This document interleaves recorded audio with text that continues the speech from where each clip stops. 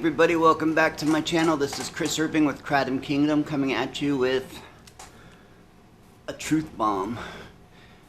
Some of you have gotten a mixed message from my videos talking about how to get high, how to get lifted with Kratom. If that's your only point for taking Kratom, you're going to be grossly disappointed because it's really not that big of a high. It's more of a euphoria, and it's more of a less caring. You know, it's for people with chronic pain who can't make it through the day. It gives you a mild euphoria, so it lifts the depression away. And I mean, you got to think, if I'm starting way down here with depression, you know, any bump in my uppers is going to make me feel better. So you got to understand that the high isn't a great high. It's not like heroin or beer or anything like that. It's more of a mild euphoria. It's like taking CBD instead of cannabis.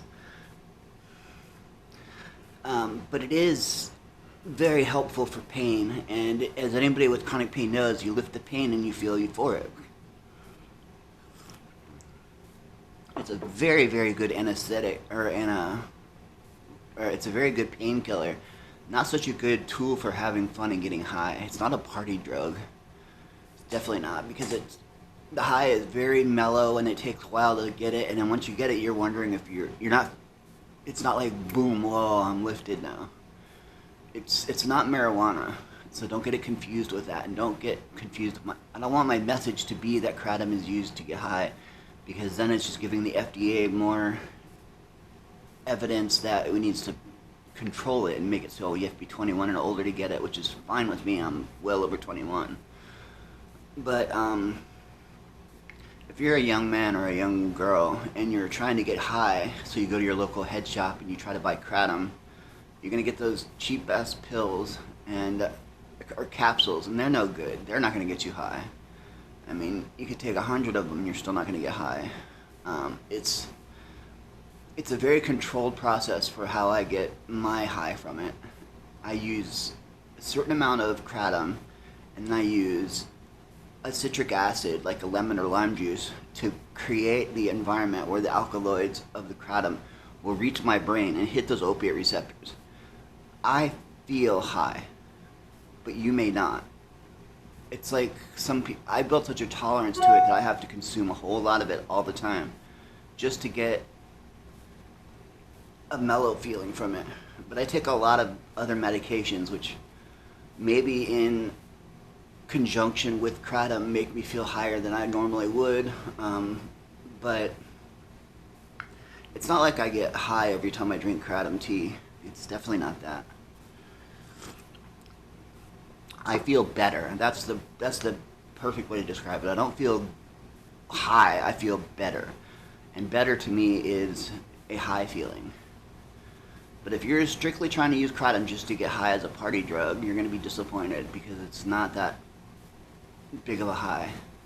And anybody that's a chronic Kratom drinker like me and a couple of other people in my comments who use it for our medicine, I mean, it is a medicine, you know, I mean, it really is a medicine for us. It alleviates chronic pain, it lifts the mood a little bit, and makes me feel like life is worth living.